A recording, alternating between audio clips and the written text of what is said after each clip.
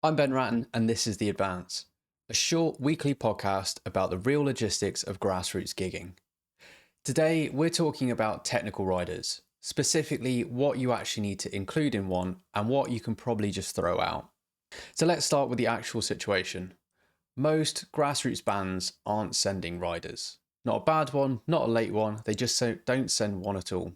The venue gets information through the booking confirmation, there's maybe a few messages beforehand, but often there's quite a lot of silence until the van pulls up on the day of the show. And I understand why, because there's a version of the rider that sits in everyone's heads, and it involves Mariah Carey's Diva Requests, a story of brown M&Ms, or a band manning a particular brand of still water at room temperature, or a tour bus full of requirements that a 200 cap venue in Wolverhampton has probably got no interest in meeting. Now, that version of a rider is real, it exists, but it's also completely irrelevant to the conversation we're having today. The rider that a grassroots band needs to send is not a list of demands, it's a briefing document. It tells the sound engineer what they're working with before the band arrives, and it tells the venue what to have ready. It tells the stage manager what a load-in looks like, and in the most practical sense, it's the thing that makes your show day shorter and less stressful for everyone involved. Now, I've been on both sides of this. As a musician, I've shown up to venues and had conversations with soundcheck that could have happened 2 weeks earlier. And as someone who's co-owned a grassroots venue, I've had Fridays where 3 bands playing and not one of them has sent anything in advance. You're running the whole operation on assumptions and a load of WhatsApp messages. Now, the other week we were at Music Venue Trust Venue Day. We were in a room with hundreds of other venues, and we spoke to them and they were all saying the same thing, that they wish bands would send through information ahead of time, ideally in structured formats. Sending a rider doesn't make you look like a diva. In fact, actually not sending one and not sending the information ahead of time would end up making everyone's job harder on the day of the gig. So what actually needs to be in it? To be one of those bands that a venue wants to work with again and again and be the best friend of all the sound techs, here are 4 things that you need to include. So there are 4 things a sound engineer generally needs from your rider before they can do their job. Everything else is optional, but these 4 are the ones to focus on. Now, first up is your inputs. How many channels do you need at front of house? List them, every single one. Vocals, instruments, DI boxes, any playback you got. And give each one a channel name and a number. Don't just say kind of guitar times 2. Say something like channel 3, guitar with a mic'd cab, channel 4, guitar, DI. Now, the more specific you are, the less guesswork the engineer has to do before you've even arrived in the venue. Second is monitors. Do you use wedges or have you got in-ears? If wedges, how many mixes do you need and who needs what?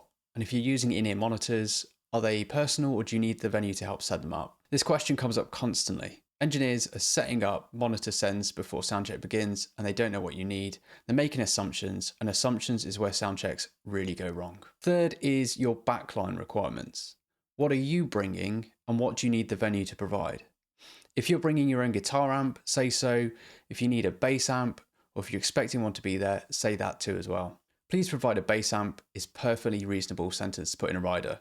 What isn't reasonable is arriving and expecting one to be there when you've never asked for it. And at grassroots level, most venues have some backline, but some backline varies enormously from venue to venue. And unless you've asked specifically, you don't know what you're getting. 4 is your power requirements. And this one gets missed more than any other. How many sockets do you need on stage and where? If you've got keyboards, a laptop, a pedal board, all with separate power supply, the stage manager needs to know that before load-in, not during soundcheck. A 4-gang extension lead on stage is not a surprise, but honestly it's a surprise if it's not in your rider. That's 4 things: inputs, monitors, backline, and power.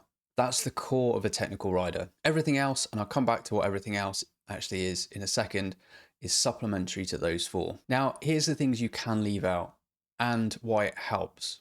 Now, what can come out? Band biography, take that out. Sound engineer doesn't need it. The venue already has that from your when they booked you, if it's in your EPK. What you're sending through for the booking inquiry. That's a completely separate document and separate purpose. The technical rider is a working document. It's the engineer's briefing, so keep it that way. Hospitality requests, if you have one, it should be in a separate document away from your technical rider.